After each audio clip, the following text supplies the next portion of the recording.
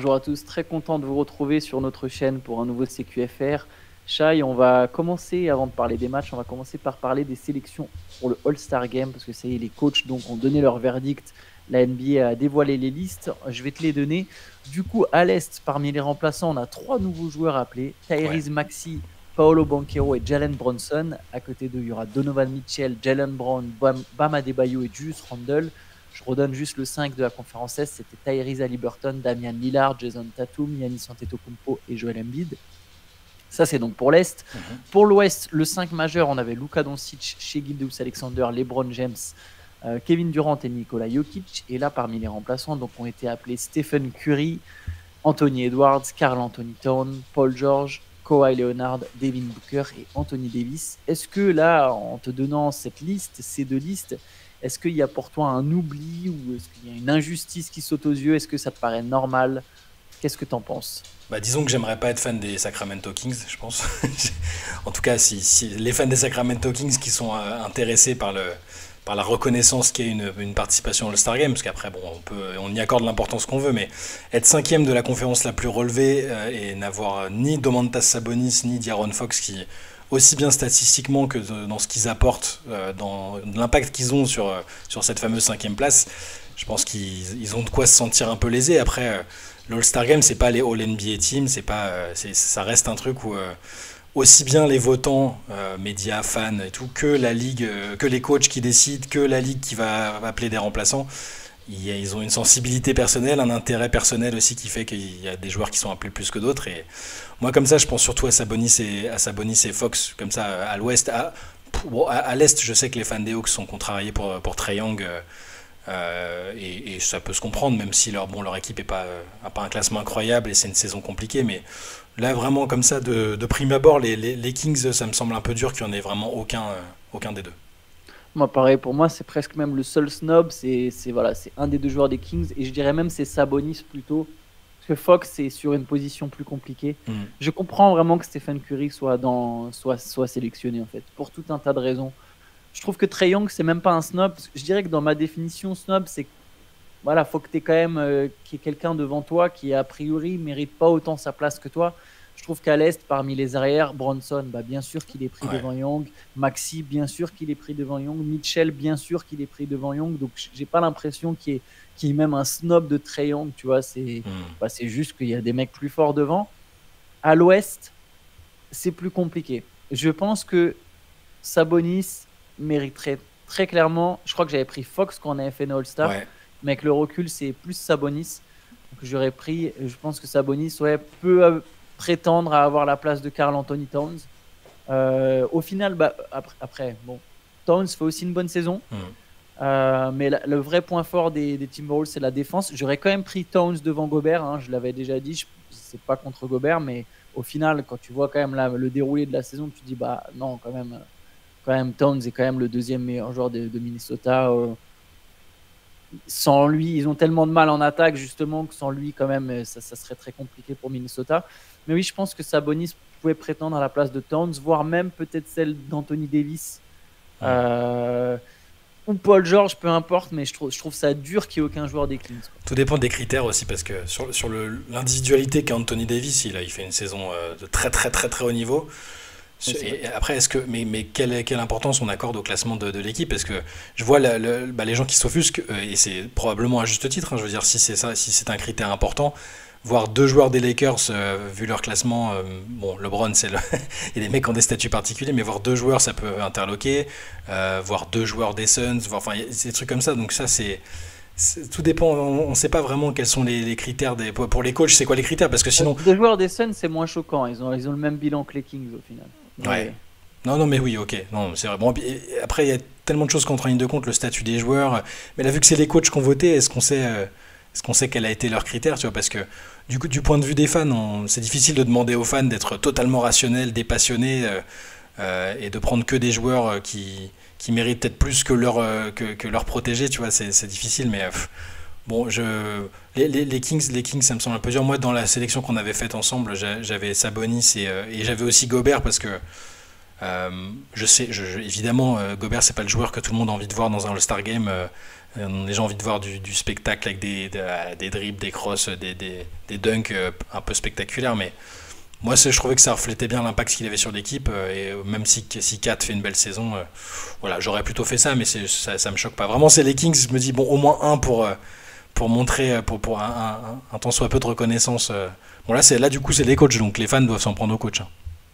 Bon, après, on verra s'il y a un forfait ou pas, mais l'ironie, c'est que donc l'Ouest était quand même beaucoup plus chargé en talent. Ouais. Bon, on a déjà répété souvent, mais c'est à l'Est qu'il y a 2 forfaits. Il y a celui de Randle.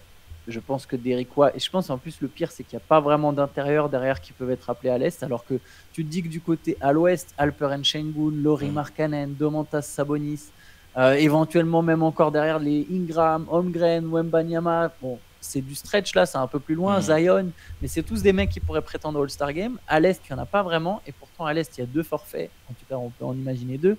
Il y a celui de Randle, du coup celui-là c'est déjà acté, j'imagine que c'est Derrick White ou Trae Young qui va le remplacer, et puis il y a celui à venir, a priori, de Joel Embiid, Shai, parce qu'il y a une autre nouvelle qui est tombée, c'est déchirure du ménisque pour Embiid.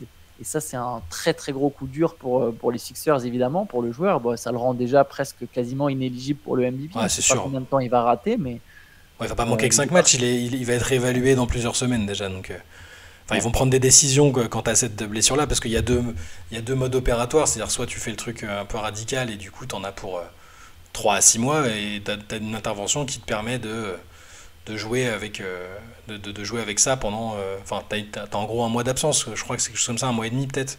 Dans tous les cas, il va manquer les 5 matchs, il les aurait peut-être même manqué déjà sans ça, donc l'inéligibilité du MVP pour le MVP fait aucun doute pour moi. Après, c'est plus pour la saison des Sixers, ils étaient quand même franchement pas mal, et là tu perds Embiid, puis il y a tout le débat autour de est-ce qu'il s'est forcé à jouer parce que les médias et les fans ont mis la pression à cause des nouveaux critères. Enfin bon, ça c'est autre chose. Mais donc pour revenir si tu veux au All-Star Game, oui, je pense qu'Embiid et Randle seront pas là. Et à l'Est, on peut penser par exemple, peut-être, faudra regarder le nombre de matchs aussi, j'ai pas en tête, mais peut-être qu'un Porzingis avec Boston qui est en tête, c'est pas impossible. Tu vois, il avait pas pu jouer son premier All-Star Game quand il avait été appelé avec les Knicks. Peut-être qu'ils vont essayer de rattraper ça, je sais pas.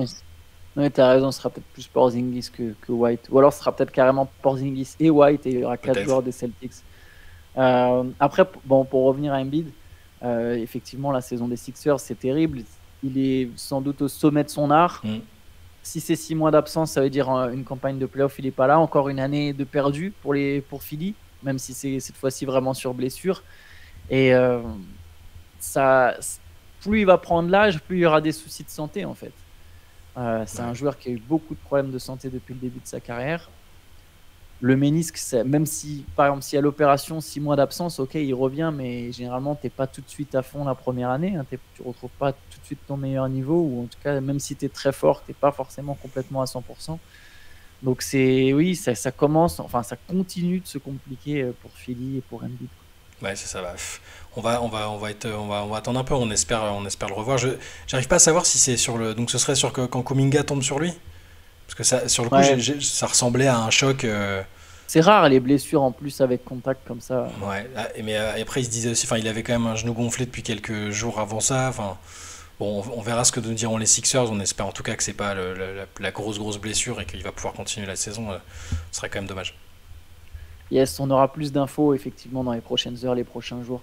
On peut passer au match. Il y avait quelques beaux matchs. On a parlé de Boston. Donc les Celtics sont en tête de la Ligue, de la Conférence Est, mais Boston a encore perdu à domicile. C'est la 3e défaite à domicile au cours des 5 derniers matchs, alors qu'ils en ont gagné 28.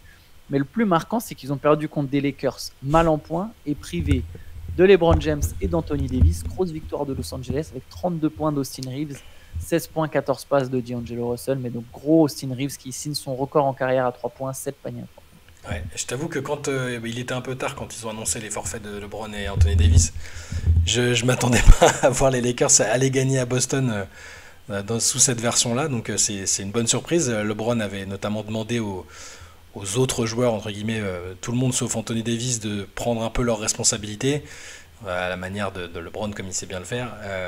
Et là, pour le coup, ils l'ont fait. Alors les Celtics ont été un peu surpris, je pense qu'ils ne s'attendaient pas à avoir un challenge comme ça en face, et les Lakers ont été intéressants, hein, honnêtement. Austin Reeves c'est pas qu'il était critiqué, mais je pense que les gens en attendaient un peu plus récemment, et il a vraiment bien répondu avec ce record à 3 points, victoire à laquelle je m'attendais pas du tout. Heureusement que je suis pas trop parieur en ce moment, mais j'aurais pas parié sur une victoire des Lakers à Boston. Je pense qu'Austin Reeves, il avait envie de montrer aussi, d'ailleurs il l'a dit, on avait envie de montrer ce dont on est capable, ce dont nous sommes capables. Lui, pour le coup, c'est difficile parce que quand il sortait du banc, il avait beaucoup plus de responsabilités. Quand il joue dans le 5 majeur, c'est un peu plus compliqué de vraiment s'illustrer. Là, il a eu l'opportunité, voilà, il a montré 32 points. Je pense que du côté des Celtics, il y a peut-être eu un peu de relâchement et je pense qu'il y a même un peu de fatigue du côté de Boston. Et là, le break du All-Star Game arrive au bon moment là, même si évidemment, du coup, il y aura peut-être 3 ou 4 joueurs des Celtics sur le pont, mais ça va leur faire du bien de couper un peu. Autre match, pardon, avec une des grosses performances de la nuit. Il y en a eu deux, mais je parlais d'abord de celle de Jalen Brunson parce que donc quel joueur ce Brunson. Ouais. Les Knicks, j'allais dire les Celtics. Les Knicks ont gagné leur 9e match de suite. Ils ont battu les Pacers 109-105. Pourtant, je le répète, ils jouent sans Randle, mais aussi sans Anunoby. Cette équipe trouve toujours des ressources parce que Jalen Brunson trouve toujours des ressources. Bon, il a pris 30 tirs, mais il en a mis 15. Il a fini à 40 points. Il y a 12 points, 19 rebonds d'Isaiah Hartenstein, 16 rebonds de Precious Achiuwa. Il y a toujours des joueurs qui se battent autour. Di Vincenzo a mis ses 20 points. Et les Knicks sont 3e à l'Est, en passe d'être 2e à l'Est.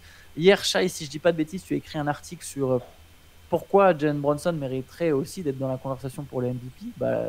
C'est parfaitement d'actualité. Je pense que Brunson n'est pas juste un All-Star, il a été nommé All-Star, c'est carrément une superstar en fait. Il est en train de repousser les limites de ce qu'on prévoyait pour lui, c'est-à-dire même depuis son arrivée en NBA, en fait, hein, c'est un gars qui repousse constamment les limites, c'est un excellent, enfin c'est vraiment un pro de A à Z. On discute ensemble de la vidéo qu'on a vue aussi où il discute, il est en interview et il appelle Josh Hart pour lui demander comment défendre sur lui. Ils ont une interaction super sympa. Enfin, cette fraternité et ce leadership, lui qu'il a, il est de plus en plus impressionnant. J'ai un exemple qui me vient en tête sur le match de cette nuit.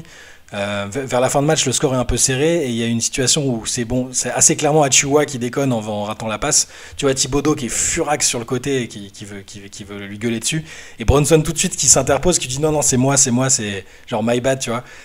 C'est un détail, mais il a un leadership qui est assez incroyable. Et pour le MVP, alors évidemment, il n'est pas dans les mêmes sphères qu'un Jokic, que les joueurs dont on parle dans la MVP race tout au long de l'année, parce que et encore, statistiquement, il commence à devenir très très solide, très très impressionnant, mais juste le côté valuable, il est phénoménal, parce que là, ils n'ont pas Randle, ils n'ont pas Anunoby, qui sont des joueurs très importants dans leur registre, et il arrive encore à faire gagner les Knicks, il claque des matchs à 40 points quand il faut, il met un panier aussi important à, je sais pas, une 30, une 40 pour... Il met 11 points dans le 4e quart-temps, voilà, et il met effectivement le panier pour repasser devant. Voilà. Une 50 ou une 40. Voilà, mais voilà, enfin, il mérite. Ce que je disais, c'est qu'il mérite qu'on l'évoque et je veux dire, il gagnera pas le MVP, mais il faut reconnaître toute son importance et le niveau qu'il est en train d'atteindre. C'est-à-dire, même son contrat, j'ai plus les montants sous les yeux, mais sur le coup, on s'était dit, c'est un petit pari des Knicks quand même de donner de l'argent à un joueur qui est pas un joueur majeur des Mavs. C'est bon, ok. Est-ce que c'est parce qu'il y a son père dans l'encadrement? Est-ce que voilà, tu vois, est-ce que c'est les Knicks encore qui font limite le contrat là, il est pas cher là. C'est une affaire en or. Oui, parce qu'il est à 26 millions à saison, et c'est un contrat dégressif. Mais il y a une option sur 2025-2026. Donc là, la prochaine extension, elle va être majeure, elle va être au max, elle va pas tarder. Je pense que ça sera du coup cet été ou le suivant. Ouais. Oui, je crois que cet été, il sera déjà éligible à une extension. Il va signer, il va prendre beaucoup d'argent et ça sera mérité. C'est vraiment l'âme de cette équipe. Ouais. Le retour en force des Knicks pour origine Jalen Brunson, et aussi c'est vrai des très bonnes décisions de la part du management depuis plusieurs, je dirais depuis 2 ans presque. Depuis que Leon Rose est arrivé, je pense. Ça se passe vraiment bien. C'est ça, il y a un semblant enfin ils ont une volonté d'être dans la normalité et de pas faire des décisions trop comment dire. Des décisions qui sont pas spontanées, mais enfin tu vois, de miser gros sur un joueur. Il y avait le cas de Donovan Mitchell, ils auraient pu tenter d'autres trades avec les joueurs qui étaient là. Ils ont cette volonté d'être une franchise un peu paisible, qui travaille bien et qui est compétitive avec l'identité que les Knicks, avec les fans des Knicks aiment bien, où ça se bat tout le temps, où c'est des joueurs qu'on n'attendait pas qui montent en puissance. Je veux dire, ils ont adoré des mecs comme Anthony Mason et compagnie à l'époque. C'est pas pour rien qu'ils aiment un Brunson qui est en train de se révéler. Il y avait la fameuse discussion d'il y a quelques jours, quelques semaines, quand Candace Parker avait expliqué que selon elle, c'était quand même compliqué d'espérer gagner le titre avec un joueur. Donc, quand ton joueur majeur, c'est un arrière de petite taille, à part l'exception Steph Curry. Et c'était pas pour lui manquer de respect, hein, et moi j'étais d'ailleurs plutôt d'accord avec elle, mais lui, il a quand même un certain goût pour repousser les limites à chaque fois, et je suis curieux de voir comment la saison déjà régulière va se terminer, et est-ce qu'il va pas à nouveau prendre une autre dimension lui en playoff cette année, on verra, mais c'est quand même cool d'avoir des Knicks compétitifs et intéressants plutôt que en train de prendre des décisions catastrophiques comme il y a eu par le passé. D'ailleurs, l'éventuelle blessure de Joel Embiid ouvrirait peut-être aussi encore des nouvelles portes aux Knicks en playoff. Hein. Il y a la Absolument. possibilité de valider déjà une place dans le top 3 plus facilement, entre guillemets, sans manquer de respect aux autres Sixers dont on va parler, hein, parce que c'est l'autre grosse performance de la nuit. Mais New York a là aussi une opportunité. Donc je parlais d'autres grosses performances, c'est celle de Tyrese Maxey, 51 points, victoire des Sixers contre le Jazz 127-124. Les Sixers qui ont très bien fini la partie, hein, parce qu'il y a un moment où Utah était repassé devant à 120-117 et ils ont dû finir sur un 10-4, du coup, voilà, si je fais le calcul. Ouais, parce qu'il y a Maxey qui égalise à 3 points. Il y a Maxey qui égalise de super loin à 3 points. Pas de Beverly qui met un panier clutch, un shoot aussi. C'est lui qui a mis le panier pour la gagne, presque. Beverly. Ouais, c'est quasiment ça. Et après, il y a quand même Maxey a dû mettre ses lancers pour valider. Et qui c'est qui rate c'est Clarkson qui rate 2 lancers, je crois, à la fin. Ils peuvent encore, Clarkson, il en rate un et le deuxième, il fait exprès de le rater. Voilà, ouais, c'est ça. Mais ouais, c'est à nouveau performance. Enfin, Tyrese Maxey, le jour de sa première sélection pour le All-Star Game, a clairement répondu présent. Ça remonte un peu le moral de Philadelphie, des fans des Sixers, je pense, parce que ça devait être compliqué après l'annonce pour Embiid, mais Maxey épatant comme depuis le début de la saison. Là, il a encore passé je sais pas s'il fera ça tous les soirs, mais en l'absence d'Embiid, mais ça montre quand même qu'il a changé de catégorie. Yes, allez, puis dernier match de la soirée, c'était la victoire de Cleveland contre Memphis, 108-101, 25 points de Donovan Mitchell. Alors, Mobley a été remis au repos, si je dis pas de bêtises. Garland a joué, il a mis 9 points, 7 passes. Mais bon, voilà, victoire des Cavaliers contre les Grizzlies. Il y a un énorme compte de Jarrett Allen, je sais pas si tu l'as vu. Ouais, je l'ai vu, je suis tombé dessus. Il a mis à qui il le met à Gigi Jackson. C'est possible. C'est Gigi Jackson, ou c'est à... confond les joueurs des Grizzlies. Ah, c'est bien Gigi Jackson, je crois. Je crois que c'est Gigi Jackson. Il lui met un vrai gros contre. Mais bon, voilà. Et malheureusement, Jarrett Allen s'est blessé pendant ce match à la cheville. Donc, on espère aussi pour eux que c'est pas grand chose, parce qu'il est, je le disais hier ou avant-hier, il est déterminant aussi dans cette belle saison des Cavs, qui sont pas très loin des Knicks encore, hein. Ils sont pas du tout décrochés, ouais. Ils s'accrochent à ça. Eux aussi encore en course pour finir très haut. Ouais. On peut finir peut-être avec le petit trade qui est tombé pendant la nuit. Alors il y a eu d'autres infos derrière, donc d'un coup ça fait moins prioritaire, mais voilà, il y a eu un petit transfert entre Houston et Memphis justement. Memphis qui envoie Steven Adams qui est blessé pour la saison du côté de Houston en l'échange de Victor Oladipo qui est blessé pour la saison, avec 3 seconds tours de draft en plus. Donc voilà, les Grizzlies récupèrent surtout de la flexibilité financière et des seconds tours de draft. Et voilà, et Steven Adams qui va aller renforcer le vestiaire, peut-être même à un moment le jeu, on verra en tant que pivot backup, mais ce qui est sûr au moins, c'est qu'il va renforcer le vestiaire des Rockets. Je sais que toi tu vas trouver que c'est une bonne pioche et je suis assez absolument. Alors bon, là il est blessé, c'est sûr, et ce sera que pour la saison prochaine, mais je trouve que c'est très très bien pour Houston. Pour te développer, il faut aussi que tes jeunes joueurs ils aient des vétérans autour. Bon, là il y a déjà des joueurs expérimentés qui sont arrivés, hein, les Van Vliet et Brooks, mais Adams c'est quand même unanimement salué, que ce soit à OKC, à New Orleans, à Memphis, unanimement salué comme un mec qui élève le vestiaire. Et sur le terrain, il est très très loin d'être mauvais. Je sais pas dans quel état il reviendra, mais défensivement, c'est quand même costaud. C'est un mec qui prend beaucoup de rebonds. Et dans l'optique, c'est ce qui se disait aussi, et c'est ce que Woj a relayé dans l'article autour du trade, c'est que ils ont aussi dans l'idée d'aider Alperen Sengun à se développer sur d'autres aspects. On sait qu'offensivement, c'est déjà très très très fort. Défensivement, il a un peu progressé, mais avoir un mec comme Adams dans l'éthique de travail et dans les conseils qu'il peut lui apporter au quotidien et sur le terrain, je pense que c'est un très bon choix de la part de Houston. Yes, ouais, je valide. Moi, je pense aussi que c'est une très bonne pioche. Puis bon, pour les Grizzlies, de toute façon, on verra il y aura l'intérêt pour Memphis, c'est d'avoir de la flexibilité. Ouais. Ils vont repartir avec leur noyau dur l'an prochain. Ils auront un pic a priori pas trop mal placé à ajouter, ou alors soit ils ajouteront un joueur, soit ils échangeront à ce moment-là le pic. Ouais. Il y aura des choses à faire aussi du côté de Memphis. Clairement. Shai, on va se laisser là-dessus. Absolument. Vous pouvez retrouver sur la chaîne Reverse toujours le replay de la Late Session. Je pense que là, ça devient un peu tard pour envoyer vos questions pour le CQFR, le 6e CQFR, celui qui sera posté demain, samedi. On répond donc aux questions des auditeurs. Mais ce sera donc un contenu disponible ce week-end en plus du Hoop Culture. Donc voilà, restez Yes. branchés sur Basket Session et nous on vous dit ciao ciao. Ciao.